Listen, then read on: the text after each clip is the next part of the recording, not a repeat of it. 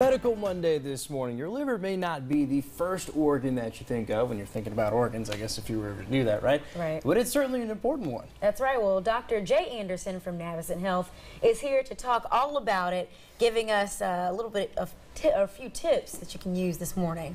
So thank you so much for being in here. And of course, thank you. We're talking about the liver, right? One of the most important organs. So talk to us about what we need to do to keep it healthy. All right. Well, taking care of the liver is less about eating something special, a special diet, for example. It's more about avoiding the things that can lead to chronic liver disease. So one of the common things in the United States is excess weight and obesity. So that can often lead to fatty liver disease, which can lead to cirrhosis and poor liver health. Alcohol consumption, we think over drinking or drinking too much, more than moderate consumption can lead to chronic alcoholic liver disease and can lead to chronic liver disease as well.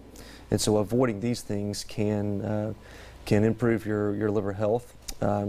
Avoiding things that can lead to chronic hepatitis, so illicit drug use, IV drug use, those things can lead to acquiring hepatitis B and hepatitis C, which many people are familiar with and can cause chronic liver problems. So avoiding those things and behaviors can certainly help promote a healthy liver.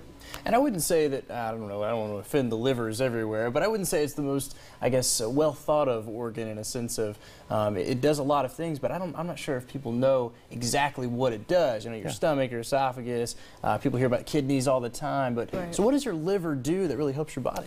So the liver is a vital organ. It's very important for multiple reasons. One is for detoxification of things like alcohol, the medicines that we take, metabolism of certain things that we absorb from the GI tract.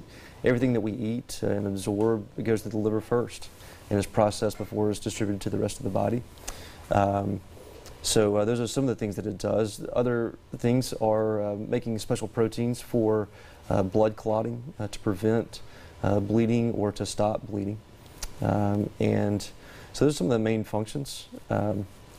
How often do you have to treat people for bad liver, whether it's liver disease or anything that you know, may come about that you see in your office? How often does it happen? It's frequent, very frequent. We see a lot of chronic liver disease, and it's many times the end result of either, again, the obesity or chronic alcohol use or maybe chronic hepatitis that someone didn't know about until they started to manifest symptoms of chronic liver disease, which can be abnormal liver function test and some other signs, jaundice sometimes, increased fluid in the belly called ascites.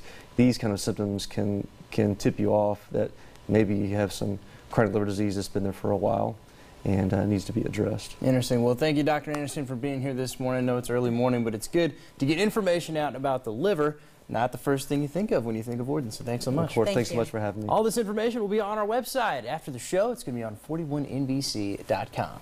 Stay with us. We'll be right back for more Daybreak.